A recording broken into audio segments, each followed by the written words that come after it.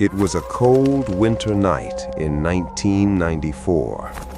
In a small town in Ohio, USA, a 28-year-old man named Michael had just moved into an old wooden house on the edge of town. He bought the house very cheaply. The previous owners had warned him, saying, "Strange noises happen in this house at night." But Michael didn't believe in things like that. For the first few nights, everything was normal. Then, one night, at exactly 3:07 a.m., Michael suddenly woke up. He could clearly hear someone walking on the upper floor. Slow, heavy footsteps. The wooden floor creaked with every step. Michael thought maybe it was just the wind, or maybe a rat in the attic.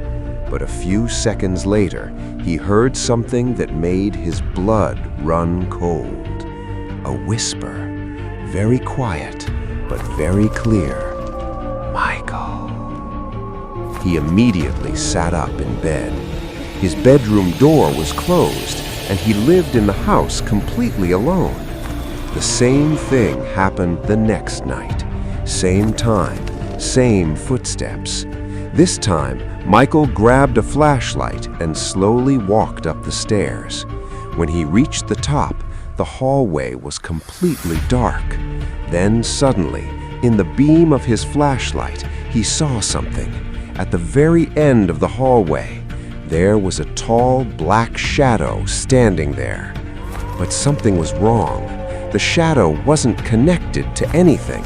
There was no person standing there, just a shadow by itself. Michael's hands began to shake. Then, slowly, the shadow started moving toward him. Suddenly, the flashlight went out, and in the darkness, he heard the whisper again. "Leave this house." The next morning, Michael moved out immediately. But what he learned afterwards was even terrifying. In 1972, a man had mysteriously died in that same house. Neighbors later said that before his death, the man kept telling people that every night someone was calling his name. But the scariest part came later. Michael had recorded audio in his room one night.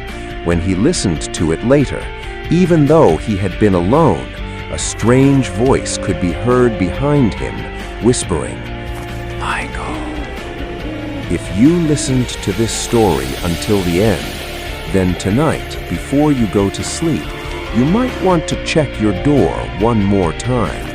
And if you want to hear more terrifying true stories like this, make sure you subscribe to this channel, because the next story is even more disturbing.